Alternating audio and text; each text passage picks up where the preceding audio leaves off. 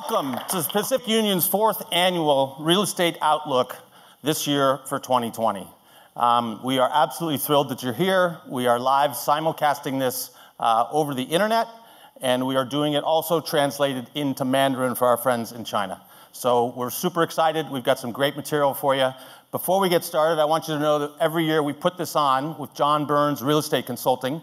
John is here with us today. I was in New York last week seeing his real estate conference in New York City. He's got some fantastic information for us, both about the real estate markets and the job markets, which obviously are interdependent here in the San Francisco Bay Area. So I think you'll find the content to be fantastic. If you're watching online, please join the conversation. You can do that at PacUnion, #RealEstateVision. Once again, at PacUnion, #RealEstateVision. We've got some special guests in the house that I want to introduce tonight. And after we do that, we'll get on with our program. First, to my far left is Alan Mark, the president of the Mark Company. Next to him is Kristen Heathwood. Kristen Heathwood, executive vice president of the Mark Company. And we have a number of the Mark Company developer clients in the audience as well. Sitting next to Kristen is Nick Siegel, CEO and founders of Partners Trust. We merged with Partners Trust in August of this year, and we couldn't be more thrilled to have you all here.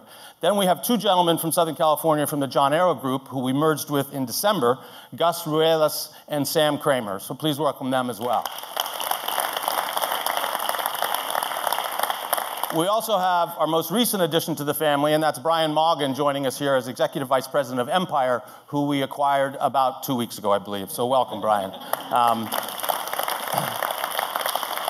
When we left you last year, in November of 2016, where we were looking at to Real Estate 2019, what we shared with you were who the different types of buyers were in the market, who the different sellers were in the market, why people were moving from household to household. Some were changing just locations, and others were changing in family status. But what the most important thing that we shared with you was, if you're trying to time the top, you are running out of runway, you're running out of time. We really thought that 2017 would be the last year that we would see the top. And when we close out tonight, I think we're going to share with you some thoughts looking forward that I think we pretty well got it right.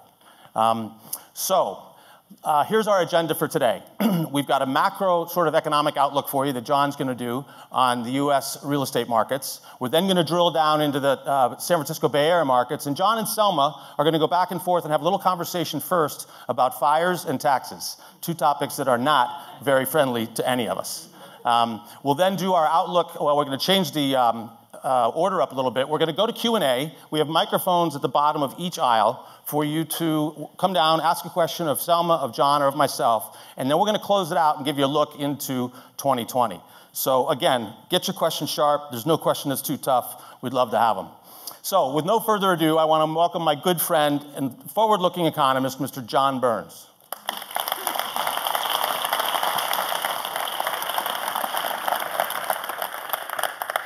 Thanks. It's great to be here. I live in Southern California now, but I grew up in San Rafael. And just a little shout out.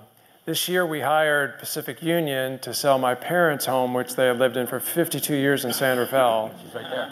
It was a mess, she will attest. Totally cleaned it up and got 17% more than we thought we'd get for it. So I was really impressed.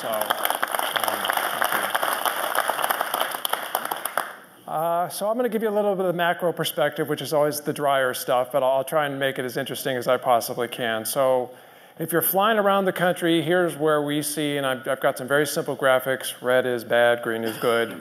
The top 50 markets in the country, I can't find one that is bad. So 5 of them I would call weak, which weak means there's not much price appreciation, and they're really not selling very well. They're in the Midwest and Northeast, Bakersfield and Fort Myers, and that was done before the hurricanes, which Fort Myers got hit really hard. One of my employees lost her house, actually. And then the rest of the country is looking average, just looking fine. And we'd been calling a slowdown a year ago, and that's what we're seeing. We're seeing less price appreciation, but we're seeing price appreciation, and the sales are fine. And I know we'd all like a few more listings, but that's keeping the price appreciation up. Then there's 5 markets that I would call very strong: Tacoma, Portland, Salt Lake, Reno, Dallas, and Seattle is just absolutely positively on fire. But we're going to downgrade that. And there actually was a shift in confidence this year in Seattle when Amazon announced that they were going to build a second headquarters somewhere else. it kind of sent a shockwave through the market. So some of the irrational exuberance we were seeing there seems to have disappeared. And I think that's a good comp because someday, that in tech markets, that can happen, and we're in a tech market. Now going to the fundamentals, which is, we look at each market, how is demand compared to its norm, how is supply compared to its norm, how is affordability compared to its norm, and we can't find one market that we would call very high risk right now. We can find 3 that I would call high risk: Austin, Houston, Fort Myers. Most of the country looks fine. In fact, it's the same story almost everywhere. Demand is exceeding supply, but we're starting to have affordability issues almost everywhere. When you have really low interest rates and for 7 years and economic growth and supply can't keep up with demand, you see a lot of price appreciation. That's somewhat the national story. But there's a few markets that I would call really low risk because they haven't participated in that, and they tend to be Chicago, Indianapolis, some of the bigger Midwest and Northeastern markets, and some of the markets that just got destroyed because their economies were dependent on housing, Phoenix and Atlanta. They're still just coming back. And then there's 5 markets that I'd say really have no risk at all, kind of a Philadelphia, Cleveland, even a Tampa, Fort Lauderdale. Those markets are just fine. So that's the national perspective. So people always ask, well, if you're going to look at housing in the future, you got to have a view on mortgage rates. And I'm clearly not smart enough to predict where mortgage rates are going. So I look to the bond market, where the guys who are betting money are saying it's going. And what you should look at there is the 10-year Treasury, because a pool of mortgages, say there's 1,000 mortgages, on average pays off around 10 years, because some people are holding it for 30, but some people are only refinancing and things after 3. So we look at the 10-year Treasury, which averaged 2.4% this year, and the market is saying it's only going to be 20 basis points higher, 2.6% 3 years from now. So that's what the experts are betting on. Now, mortgages trade at a premium over that because a mortgage is riskier than a Treasury, although the way our federal government's going, I'm not sure that's so sure anymore. In fact, I think it was Apple last year that sold bonds less than Treasury bills. So Apple's less risky than the US government. But the normal premium is about 1.7. It's been trading at about 1.6. We think it'll roll up to about 2.2, and I won't bore you as to the reasons why. But if that happens, we'd be talking a 4.8% interest rate in 2020. So that's the outlook. 4.8 is still a great rate, but if you're doing the math, that's about a 20%, 15 to 20% increase in the payment. So that's a little painful. But also incorporated in that is the market's view that the economy is going to be fine, and they know that if the economy is not, the Fed will keep rates low, and that probably would not be the case. So again, there's a lot of Mark always says, I want you to cover this, and then we do that, and he goes, you got too many slides. So I'm going to keep it really simple. The green is good, the yellow is fine, or the orange is fine, and the red is bad. We look at demand, we look at affordability, and we look at supply. On the demand, you don't have a lot of home sales volume right now. Now, the supply is holding that back, but also prices are holding that back too. If we had lower prices, we'd see more people buying homes. But the job growth is the thing I think you should focus on. 21,000 jobs in San Francisco is really solid. You look down to the permit number down at the bottom, and you see 6,000 permits. That's more than 3 jobs per new housing unit we're bringing to the market. That's an imbalance. The market's fine. And in the middle there, that affordability, we have an affordability index, which 5 would be the norm, 0 would be really, really affordable for San Francisco, 10 would be completely out of control. So we're at an 8. We're not at a 10, we're at an 8, because we look at payment, not just price. So we're okay. So Mark said I had a lot of income data, and he's right. So I'm going to explain this one to you a little bit slowly. But the top chart is a distribution of the San Francisco metro area all the way up to Marin, down to Redwood City and San Mateo. The distribution of incomes. And you can see there's a lot of jobs between $20,000 and $60,000 per year, and a lot of jobs north of $160,000. That's the boxes. Then I look down below and I say, where's the growth? It's in the exact same spots. We're seeing a lot of growth in $40,000 to $60,000 jobs. We're seeing a ton of growth in jobs above $160,000. So not a lot in the middle there. I mean, a real bifurcation. This is different in some of the markets when I get to some of the other markets, but we're seeing similar growth.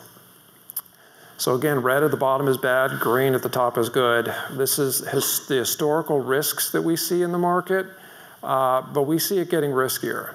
Now you go, how can you say that, John? Well, the more prices go up, that makes it riskier. The longer the economy expands, almost by definition, you're getting to the next bit of a recession, and that's what we're calling for. And a recession, it makes you think of 2010.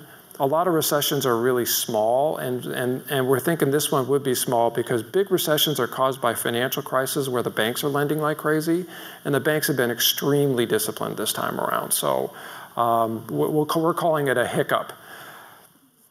And if you wanted to break it down, and the demand is normal, supply is normal, and affordability is probably our biggest issue on risk right now. So moving over to the East Bay, Alameda, and Contra Costa counties, same story there. Not a lot of sales volume, but we got 19,000 jobs. We're building a lot of apartments on the East Bay, so we've got 10,000 permits there. Still an imbalance, 2 jobs per housing unit. Prices are continuing to go up. And then I'm just going to flip through this really quick. Pretty similar story. It's not as risky in the East Bay today, but we think we're going to see some good price appreciation in the East Bay that'll make it a little more risky. Same deal. Okay, moving down south. So the job growth is 11,000. That's down pretty significantly in Silicon Valley. We're starting to see the job growth slide. The affordability is an 8.5. So even by Silicon Valley's very expensive standards, it's a little out of control affordability-wise. Construction, 8,200 units, so 11,000 jobs, 8,200 housing units. That's there we go, thank you. That's almost in balance.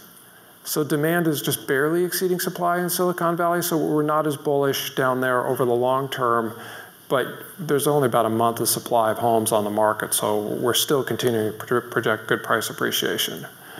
The incomes down there, over 200,000 bucks.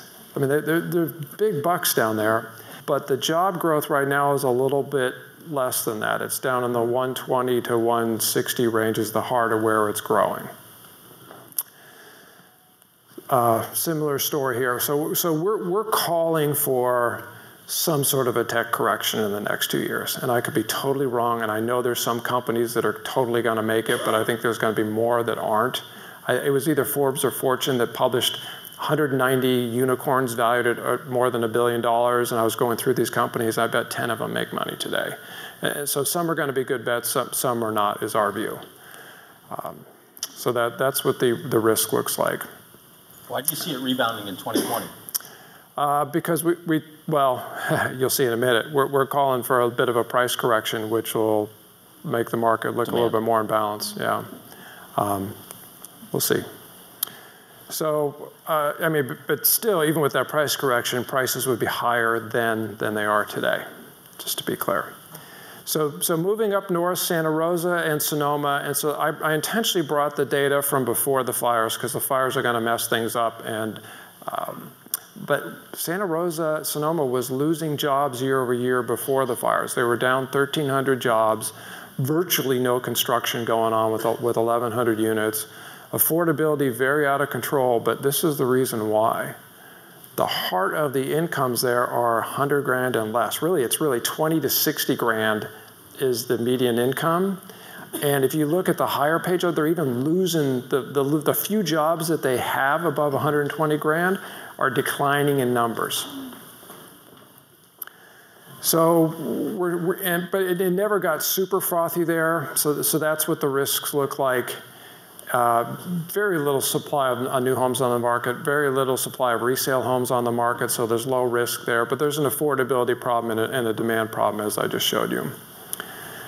And then finally, with Napa, 2,800 jobs created, a little bit better sales volume. I know it's only 1,400 sales, but for them, that's not as bad as other markets. Virtually no construction, 187 units constructed in the last year. That's virtually nothing. And very low paying jobs. Everybody thinks of it as the wine country and thinks of the wine owner. It's 20 to 80 grand is the heart of the market. And they, just like Sonoma and Santa Rosa, they've been losing the higher paid jobs too. So the people that are working there are earning a living there are working somewhere else? Or they're picking grapes, or they're working in the hotels, or I mean that's the heart of the market there. I mean really the hotel workers is what it is. And no supply, so I don't see a lot of risk there. Affordability is normal from a payment standpoint. But there's really two markets there. You got the second home market and the primary market. So it looks okay. So moving over to the outlook here, I'm going to introduce Selma. I think you're the only real estate agency in California that has a chief economist, right? So you're pretty lucky. So if any of your clients want to go somewhere else and get good analysis, they can't. So just remember that. Selma's the person to do that. So Selma, why don't you come on out? She's the chief economist and the vice president of the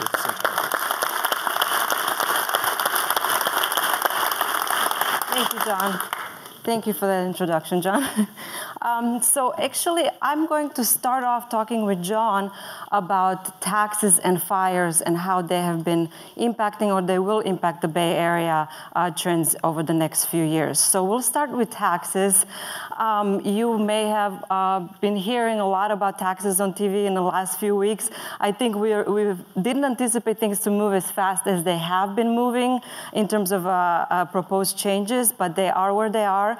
And I think the Senate's version, if you're following that, is a little bit better than the House's version in terms of at least the mortgage interest deduction. So I'm going to show you an example of what it looks like for a taxpayer who is about to purchase a $1.2 million home. And I know many markets across the country would gasp at this price, but it is a median price in many markets, many of our local markets. So here you're looking at a pile of cash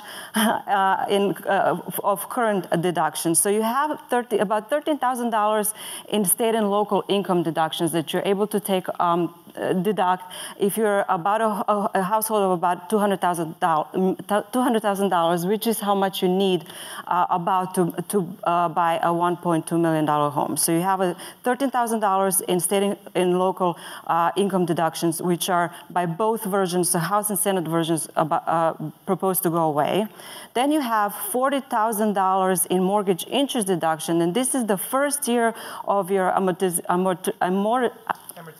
amortization, thank you, I'm a foreigner, of amortization on a $1 million loan. And then you have about $12,000 in property taxes.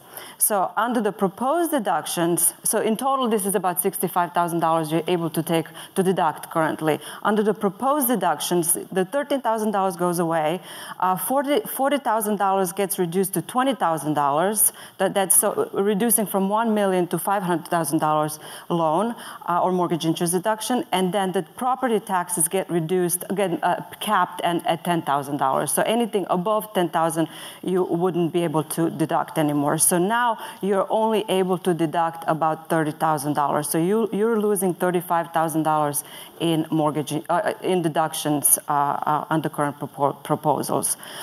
So we can talk a little bit more about what John thinks it's going to happen in terms of taxes. What I thought it was not going to be good, especially for new homeowners, because first of all, there is a huge mortgage interest deduction that goes away. There is also changes proposed to the exemptions, the capital standard deductions. The capital gains exemptions, which the proposal is to change from being able to deduct in one every 2 years to one every 5 years. Currently, we have about 17% of our sellers having owned home between 2 and 5 years. And so supposedly, if you have that 5-year now change, those folks would have to, 17% of sales would wait until the 5 years to be able to take that exemption. So that's one thing. The other thing is also that was not on the slide is the vacation home. Under the House's proposal, that goes away. The mortgage interest deduction on the vacation homes, second homes, which is a lot of our markets in Sonoma, Napa, Tahoe. But the Senate is proposing to keep it, so that's a positive. Though about 50% of our sales that were vacation homes were actually all cash. So it's debatable how much that would impact the market, right? Is there anything else you want to say about the taxes? I mean, it's not going to help the market, but if a family is in the market to buy a $1.2 million home and this happens, I don't think they're going to stay renters for the rest of their life. I think that's important to remember that. I mean, maybe they'll buy a lesser home and we actually studied, it was a different analysis, but we studied the last 10 times mortgage rates ran up 100 basis points, which takes a lot of purchasing power out of people's pockets too. And the 7 times they ran up and the economy was still growing, it didn't hurt home sales by more than 10%. So, and that was across the entire market. This is just a slice of the market. The other thing is that at the lower income, this sticks another $1,200 into people's pockets by raising the standard deduction. So a lot of those people in Napa and Sonoma that are working in those hotels, it should make it a little easier for them to sell homes. So, I'm not going to predict the politics, but it's going to impact each price range differently. Right. It would depend whether you're in North Bay or you're South Bay. Right. Okay, so let's move on to the fires. Unfortunately, something to talk about this year. So I will hand it over to John to talk about the fires. Okay, so just summarizing the information, the Tubbs fire destroyed 4,655 Santa Rosa homes, including the Coffee Park and Fountain Grove neighborhoods. One of my architect clients built 2,000 of those homes. The phone's been ringing off the hook, but those homes are not getting built quickly. And I'll come back to that in a minute. The Nuns fire, 639 homes, including the Kenwood and Glen Ellen neighborhoods. And then the Atlas fire, 445 homes in Napa and Solano counties. We went back and did a lot of research on what happened when there was a similar situation in San Diego in 2003. I think what's going to happen, and then she'll show you Oakland in a minute, rebuilding of homes is going to take several years. There's insurance money delays. There's financing required because you need to come up with a deductible. One thing I learned in San Diego is the affluent areas got rebuilt much more quickly than the other areas because people were able to come up with the means to do things. Homeowners are now saying, well, maybe I don't want to build the same house. I want to build a different house. That will require permits, city approvals. There was a huge labor shortage already, which is that's migrated over to the cleanup. But I don't think this is going to cause something dramatic quickly. It did and does cause the rental market to tighten because people need to find a place to live pretty darn quickly. But what we learned is that prices for quality homes probably will spike, or probably already have spiked in the short term. But over the longer term, they'll see a little more price appreciation than other areas just because you took some supply out of the market. And you want to talk about Oakland? I will actually get up because the slide is quite complicating. The three lines colored in red, green, and yellow, those are the 3 zip codes in Oakland that were most impacted by the Oakland fires. So this is the 1991 October tunnel fire. So you can see, and then the black line underneath is the 14 surrounding zip codes and their impact. So you're looking at home prices here. You can see the straight line going across is the date of the fire, and you can see in the yellow zip code, and it doesn't quite matter right now which one is the yellow zip code, but in that zip code, prices go down precipitously following the fire, about 40% over the next year. So they bottom out in October in 1992, and the reason, majority of the reason why the prices went down in this zip code is that the sales were then land sales. They were not home sales, so they were land sales. So they were obviously much more cheaper.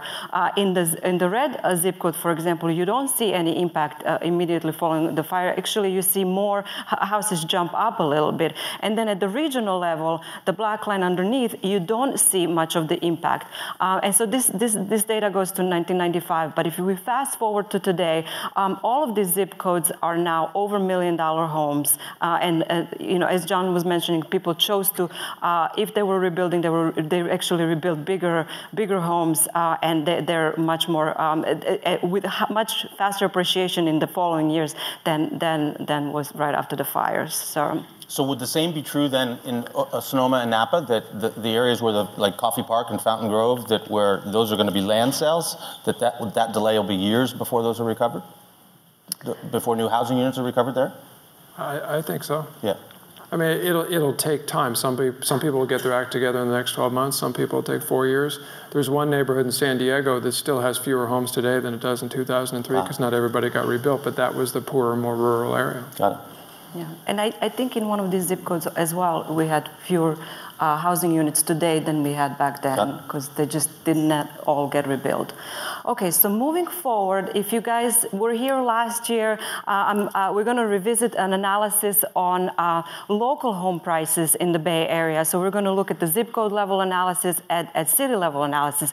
So overall, over the last year, we've seen 9% appreciation year to date. If you were here again last year, this number was 8%.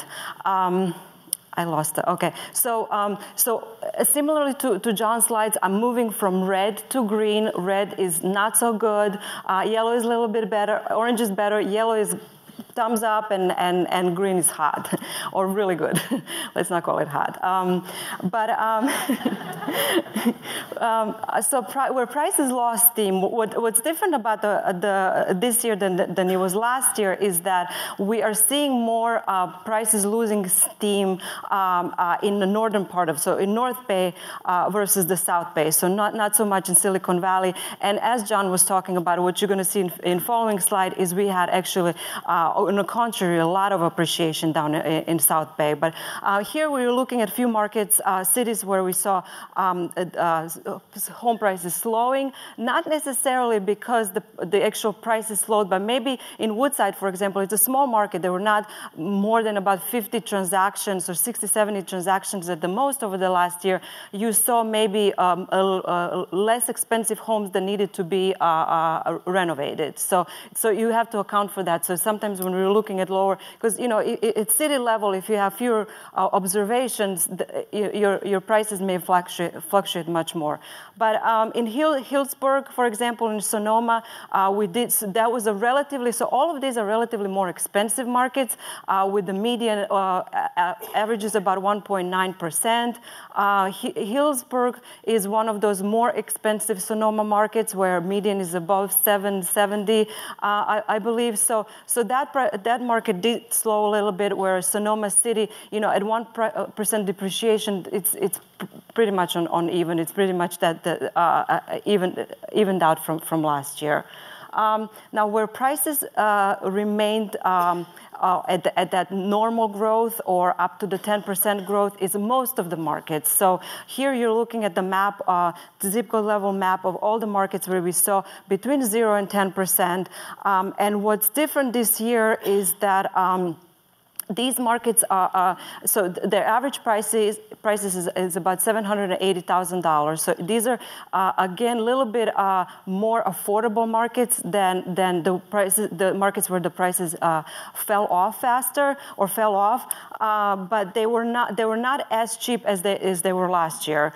And then we're moving over to the double-digit percent price growth, where the appreciation or median price growth was between 10 and 20%. Now, what's interesting about these markets is that they're more likely to be in Silicon Valley. So you're looking at San Mateo, you're looking at Santa Clara appreciating at about 15%. And then the last, the green, these are only the zip codes that we wanted to point out. And what's interesting about this, so this had an appreciation of above 20%. So this is between 20 and 40% appreciation. And some of the markets that we showed you last year in the green color, so meaning above 20%, are still the same. For example, 94610 in Oakland, again, had about 30% appreciation like it did last year. Palo Alto, 94303, 22% appreciation similar to last year. So again, what we're looking here is mostly Silicon Valley markets, some East Bay markets, but the new markets that are not necessarily on here because the appreciation was not over 20% at the city level, but it was in some of the zip codes, was in Marin. For example, Tiburon and Sausalito both saw above 20% appreciation rates this year. Well, I'll show you when we put them all together, you can see that they were sort of in red. So on the right-hand side, you're looking at the 2016 map that we showed you last year. On 2017 is on the left-hand side. And so let me point out to you what are the biggest changes. So in 2017, you see that the big spot, red spot in Sonoma. That's the Hillsborough and Sonoma. And then you see in green the Marin markets that are appreciated. That's in comparison to last year, where a lot of slowdown was in Silicon Valley and then Contra Costa. Now, also note, yellow is better than orange. And you see how along the transportation corridors of South Bay and East Bay, you see a lot of yellow. That's appreciation along the transportation corridors. We also saw this year a lot of price growth. Now let's talk for a second about Tahoe. Tahoe had a surge in demand for luxury homes over the last year, particularly in the last quarter. The red bars is the third quarter of last year in 2016, and then third quarter of this year. And in total, we saw demand go up, or number of units sold over 3 million go up by 141% this year. So overall, what can we say about the Bay Area markets is something that we didn't anticipate necessarily that we would be saying this time around, that the buyer competition has intensified in 2017. And I mean that by how many homes were sold over the asking price. We had 65% homes sold year to date over the asking price. That's up from 62%. Also, 9% sold at a premium. So those that sold over the asking price, the premium was 9%. That's up from 8% last year. And the bidding wars intensified the most, so that means that more homes sold over the asking price this year than last year in San Francisco markets and Santa Clara neighborhoods. In terms of the premiums, where people were willing to pay more than the asking price, it was in Half Moon Bay, just some of the examples, San Francisco, Oakland, Calistoga. Now I'm going to turn it over to Mark to make a few comments about the condo market. Thank you, Selma. So I'm not an expert on condos, but I do have some data. So this is a chart which the red bars that you see going from your left to right represent pricing tiers of condos in the city of between under $500,000 all the way up to $10 million. 80% of the condo inventory in the city and county of San Francisco is sold between $1,000 and $1,200 a square foot. So it's a pretty phenomenal metric. The higher you get up in the price per square foot or the price of the unit, it gets to be pretty thin air. So note to developers in that pricing tolerance, unless it's the ultra luxury, that is the hottest ticket in a condo in the city and county in San Francisco. This is a supply versus absorption chart going back to January of 2014. The red bars represent new development inventory. Okay, so large condo complexes over 60 units. The green bars represent absorption or demand, closings. And the yellow line is the pricing index, dollars per square foot. Now, one phenomena is if a developer has 200 units in a building and only 20 are on the market, all 200 are represented in these red bars. Right now, there's about 850 units on the market in city and county in San Francisco, and we're absorbing just under 10% of that, about 75 units a month. And so I would imagine that the closer we get to the $1,000 to $1,200 a square foot, the more demand gets really robust. But the question that we might ask ourselves here, and maybe we'll talk about it later, is in a supply-constrained market, with demand in that price range between 1,000 and 1,200 square foot, why aren't we selling more condos? So maybe that's a question we'll go at Q&A time. So it is Q&A time. You've been, maybe I just asked the first question. Any ideas on that? Ask Alan. Alan, Tristan, any thoughts on that? Well, the one thought is when individual brokers list a resale, they often list it under market. And they achieve sometimes up to even 17% above that asking price. With developers, if you do have 100 units and we envision it selling out in 2 years, we may be pricing them for really the sellout. So it's for future pricing.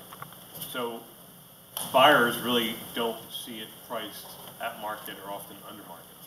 So if you have questions, come down to the microphones. I'll repeat what I think Alan said, and that is if you're a resale unit, it's a condo that was bought 5 years ago brand new, and you're a broker like Pacific Union, you might bring it to market under market, right, and drive the price up. But as a developer, you can't do that with 100 units, because if the absorption's not there, you're going to be faced with a lower dollar per square foot, so you have to measure your inventory out. Okay. Thank you. Any other questions from the audience? Mr. Wahlberg, what? John, this is looking probably further than 2020. Okay. There's some conversations going on about one of the disruptors of the high-tech industry, where the employees are not allowed, they're not able to have affordable housing. They're not able to get housing because it's so expensive.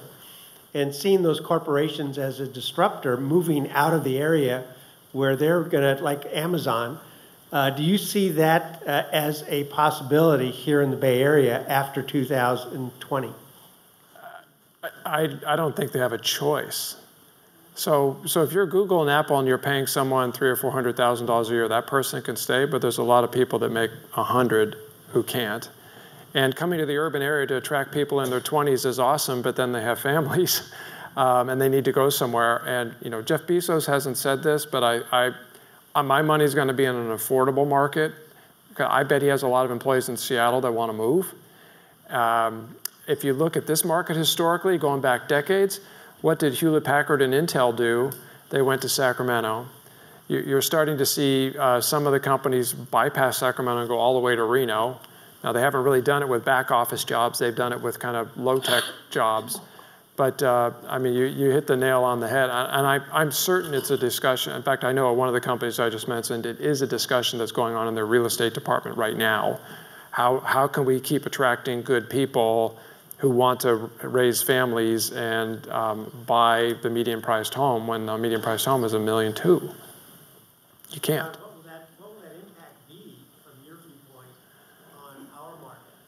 Well, I don't think it's a negative. I think it just means you're going to grow more slowly.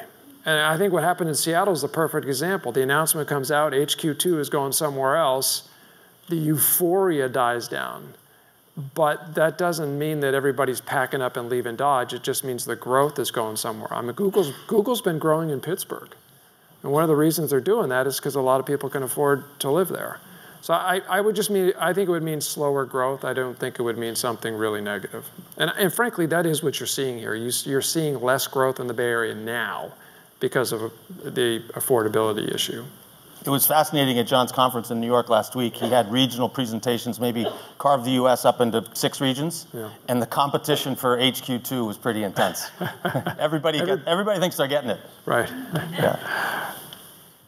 A couple years ago, you talked about a 10-year economic cycle that would be coming to an end next year and seeing a little bit of dip in general economies. And I just wondered where you're at with that right now. Yeah, we pushed it out. Mm-hmm. We pushed it out. Well, I'll show you. In fact, we do have those slides coming. It's coming. Yeah, we pushed it out to 2020. The economy has been growing slower than I thought. Regardless of your politics, the stock market has told us that they think the economy is going to grow faster than it did a year ago, and I'm agreeing with that too. So that's why we pushed it out. And frankly, mortgage rates are lower today than I thought they would be. So we've since World War II, we've had 10 expansions, and we're now in the 8th longest one. But I think it's only been the 4th most in terms of total growth. So we've been growing for a long time, but we've been growing really slowly. And so I can build a case that this could be the longest expansion ever since World War II.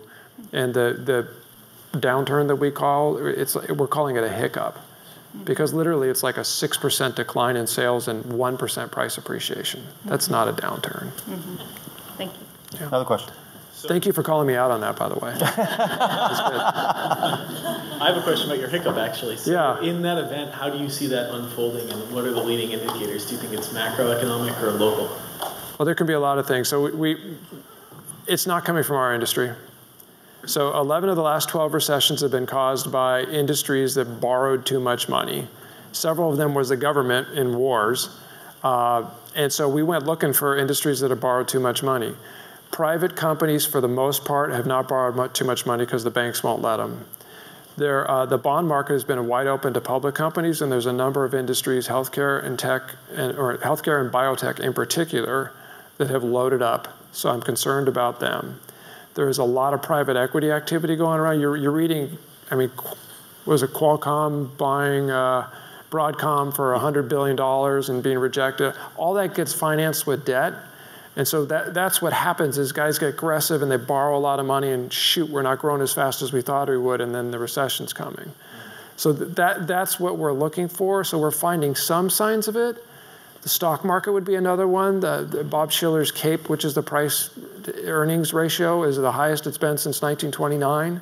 So there are signs out there that something could be coming, but it does, no one's talking about a 2010 incident all over again. Cool, thank you. Another question? Yes, so I'll start with a disclosure. I'm not a real estate agent, but my real estate agent who helped me buy a house is sitting up there. I'm actually an engineering professor. So I was wondering if you could elaborate upon, you define things as high risk, low risk, but as fairly qualitative. When you say high risk, what quantitatively does that mean for immediate term versus 5-year running average? Yeah, so I could show you a lot of charts. I'd actually love to. So that particular metric is quantitative. It's not my opinion. Okay. So and maybe I wasn't clear when I started this. So we looked at the demand in each area, the job growth and the sales volume, and compared to its norm. And if it's higher than norm, that's low risk. If it's lower than norm, that's high risk. And we did the same with supply, and we did the same with affordability. And most of the country, including this one, turned out with demand is better than usual right now, a little bit. Supply is a lot lower than usual right now, so that's a low risk. And affordability is a problem. When you pull it all together, it's an above normal risk. So your next question was, well, when it gets to high risk, how bad? So I could show you the charts going back to 1981. It hasn't always, it usually when it gets to high risk, it usually something happens 2 to 3 years later. There are exceptions to that, so you never know. And when it gets to high risk and stays there, it's a hiccup. When it gets to very high risk, it's a downturn. And so only San Jose was the one that we were thinking would get to very high risk in a couple of years, because I'm calling for a tech crash that may not happen. I mean, there is a lot of that in there. Yeah. Nina. Do you see the affordability crisis coupled with the loss of housing from the fire? Do you see that resulting in higher rents, or people actually deciding to finally leave the Bay Area? Oh, I both, right? Are you from that? It's 5,000 families or however it is are having to make all those decisions right now, and I'm sure some are packing up and leaving back to where they're from, and I'm sure they're coupled up with their parent. My employee in Fort Myers or Naples actually, who lost her house, is living with her in-laws. I can't wait to get out. Her roof collapsed, and the insurance company offered her $17,000. She's like, "Are you?" So she's going to end up in a lawsuit with the insurance company. So everybody's situation is going to be different, but there's going to be pressure on rents, and there's going to be people that leave, and there's going to be people that were planning on moving to Santa Rosa that now have fewer options and will probably bid up home prices. So those are the three things I think are going to happen. Thank you. Any other questions? Well, I'll give the answer that Doug Duncan gave. Can I do that? Yeah, go for it. So the chief economist at Fannie Mae, Doug Duncan, is phenomenal and very frank and very honest. And he knows Jay Powell. And he said, if you think Janet Yellen is close to the vest, this guy's even closer. But he has been voting with the Fed to keep rates low this whole time. So his best estimate is it's really more of the same. And you also saw when that announcement got made, there was no volatile reaction in the bond or stock market. So the world believes it'll just be very similar to what it is today. Colin? Yeah, I was interested in your comment that a $35,000 loss in tax relief wouldn't impact the market much. You used a comparison that interest rates going up this much didn't cause that, but interest rates often go up when inflation's going up and people's income is going up. I mean, aren't the banks going to adjust all their lending metrics when they look at, that's a huge hit on someone earning $200,000 a year. I'm surprised you wouldn't think that would have a bigger impact on the market. Did everybody hear the question?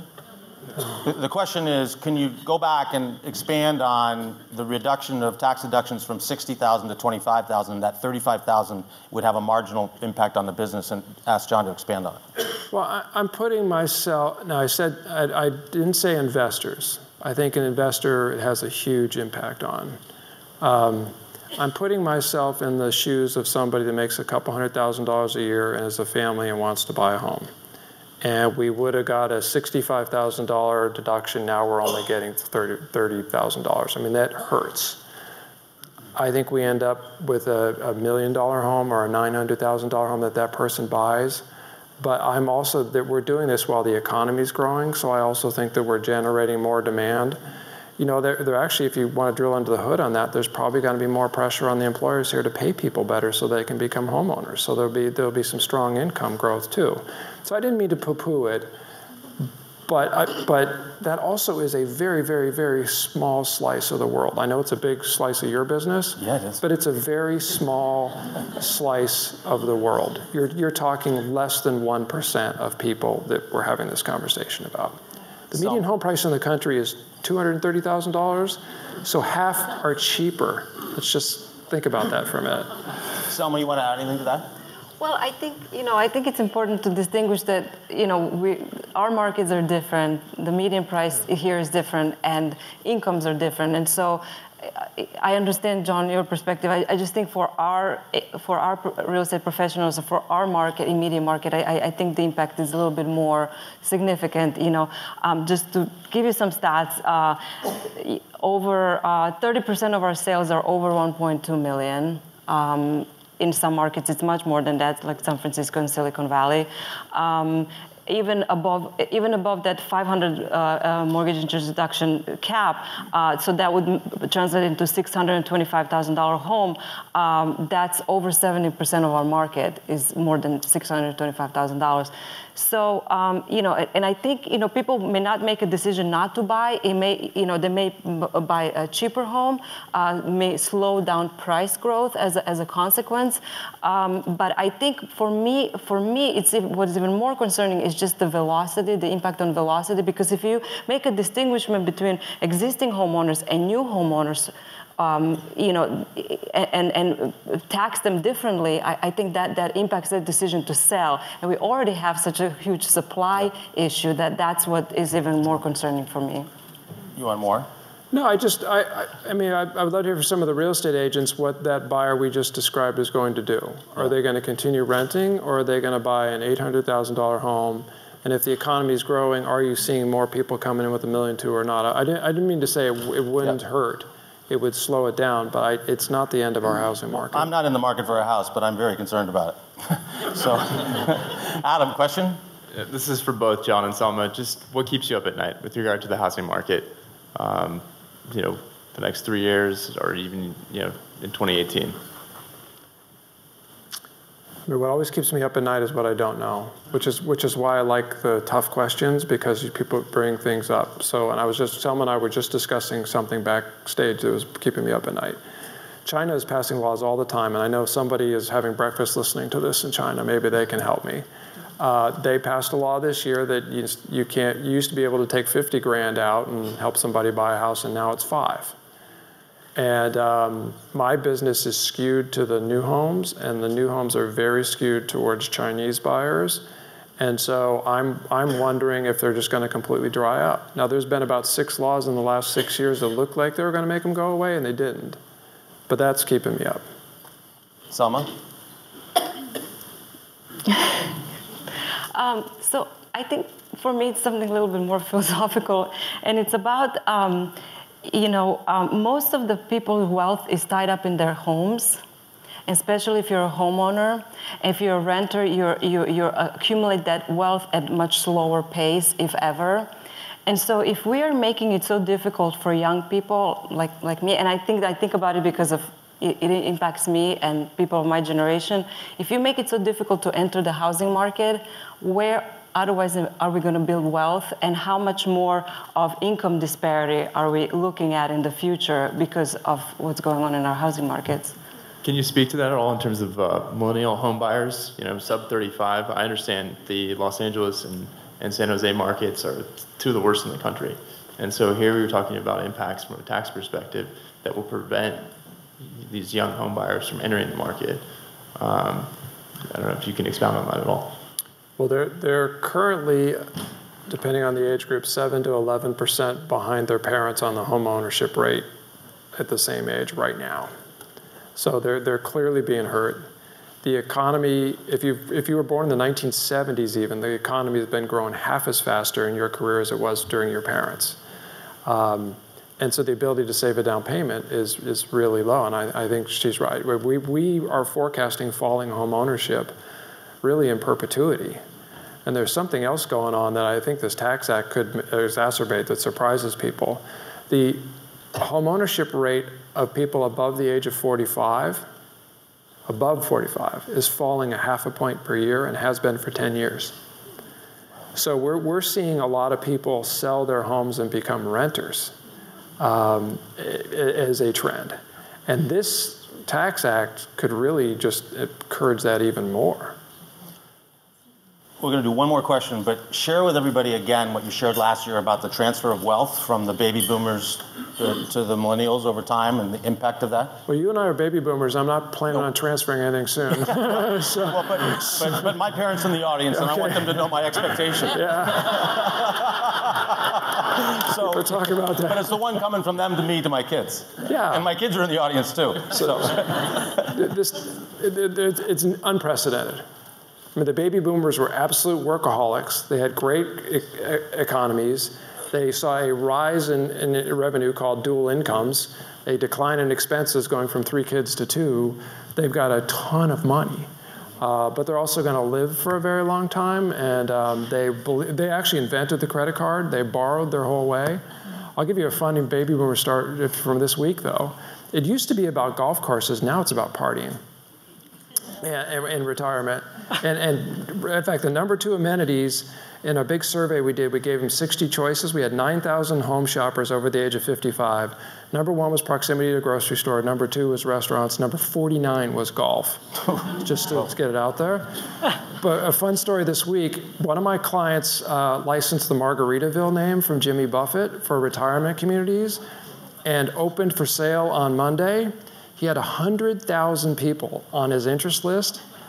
200 people, 55 and over, camped out all night long. And he sold 175 homes in Daytona Beach on Tuesday for people who want to be in Margaritaville. Wow. All right. Last question. Okay, I have, you talked a little bit about one-time events. So will things like Airbnb going public, Uber going public, Salesforce Tower being filled up with high-income workers impact the San Francisco market at all, or is it negligible? No, that makes a big difference. This is a very small market, and even when you add 100 new millionaires, everybody feels it. So, and those are 2 companies that have clearly made it.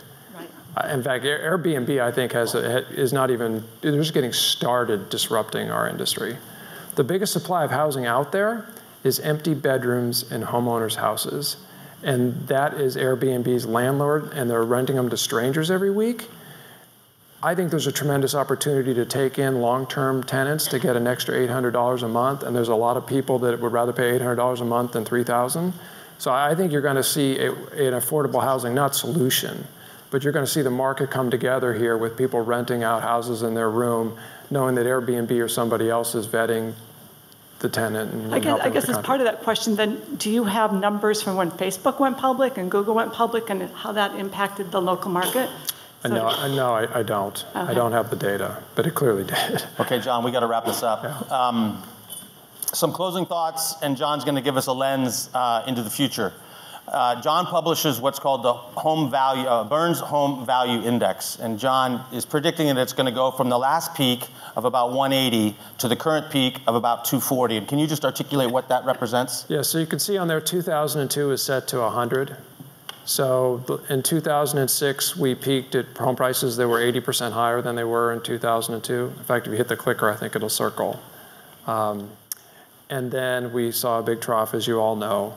But you see where those lines are today for Napa in gray and Santa Rosa in light blue and San Jose in red and San Francisco in yellow and the East Bay in green.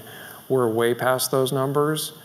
And this hiccup that we're calling for is just a return to norm. What I worry about, one thing that's keeping me up at night, honestly, is irrational exuberance, which happened in 06, 07. I'm not seeing it. I mean, I'm seeing a little bit of it, but not a ton, which is a good thing. This is the time in the cycle where you could see 20% of price appreciation and have it be unjustified. If you kind of look at the market, it's not really behaving that way.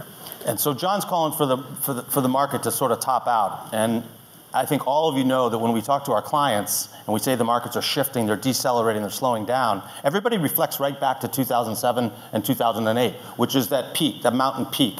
And what John's calling for now, and I pushed him along a little bit on this, is at a tabletop. We're at the top, and we're probably going to stay there for a while.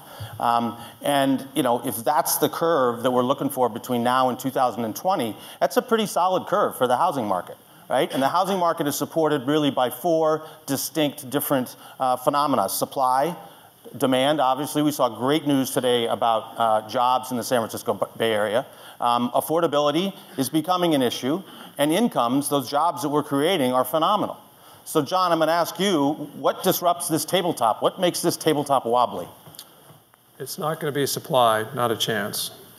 It could be demand, that's what I worry about in terms of job growth, or some sort of lack of confidence. I mean, if you went to war or something like that, people stop doing things. I don't think that's very likely. I'm actually a bull on incomes. I think we're down to a 3.5% unemployment rate. Unfortunately, I'm having to give my staff real big raises, and Selma's going to ask for a really big one after this.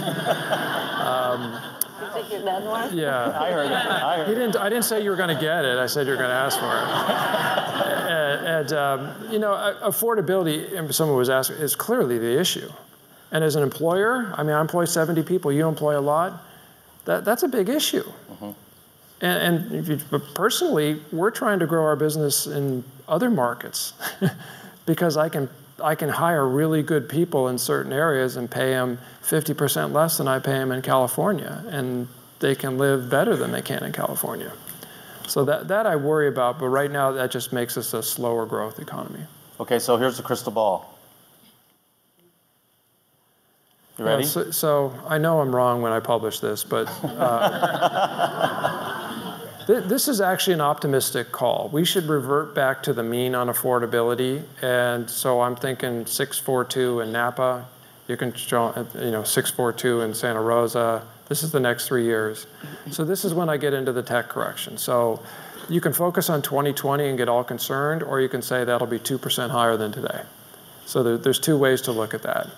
And the same thing with San Francisco, and pretty similar story in the East Bay, although a little bit better in the East Bay because they haven't got as frothy there. So that's my best guess. So that number was 2019 a while ago, so I did push that out a year. That's okay. It's good for us.